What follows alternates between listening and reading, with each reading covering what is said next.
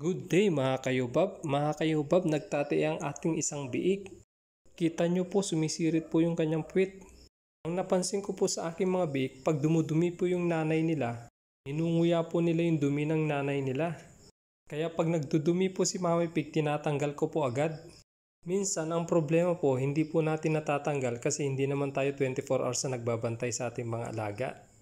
Pag may napansin po kayo na may nagtatae po sa inyong alagang biik, kailangan po magamot po agad yan. Huwag po nating hayaang lumala. Kasi dyan po yung cause ng pagkamatay ng ating mga biik, nade-dehydrate po sila dahil po sa pagtatae. Isa lang po yung nagtatae sa kanila pero ang ginawa ko po, tinurukan ko na po yung dalawa para hindi na po sila mahawa. For prevention lang po yun. Kung ayaw nyo naman po mag-stroke sa mga biik, pwede naman po kayong gumamit ng mga powder para sa pagtatae. Marami naman po nabibili sa mga agri-vet stores.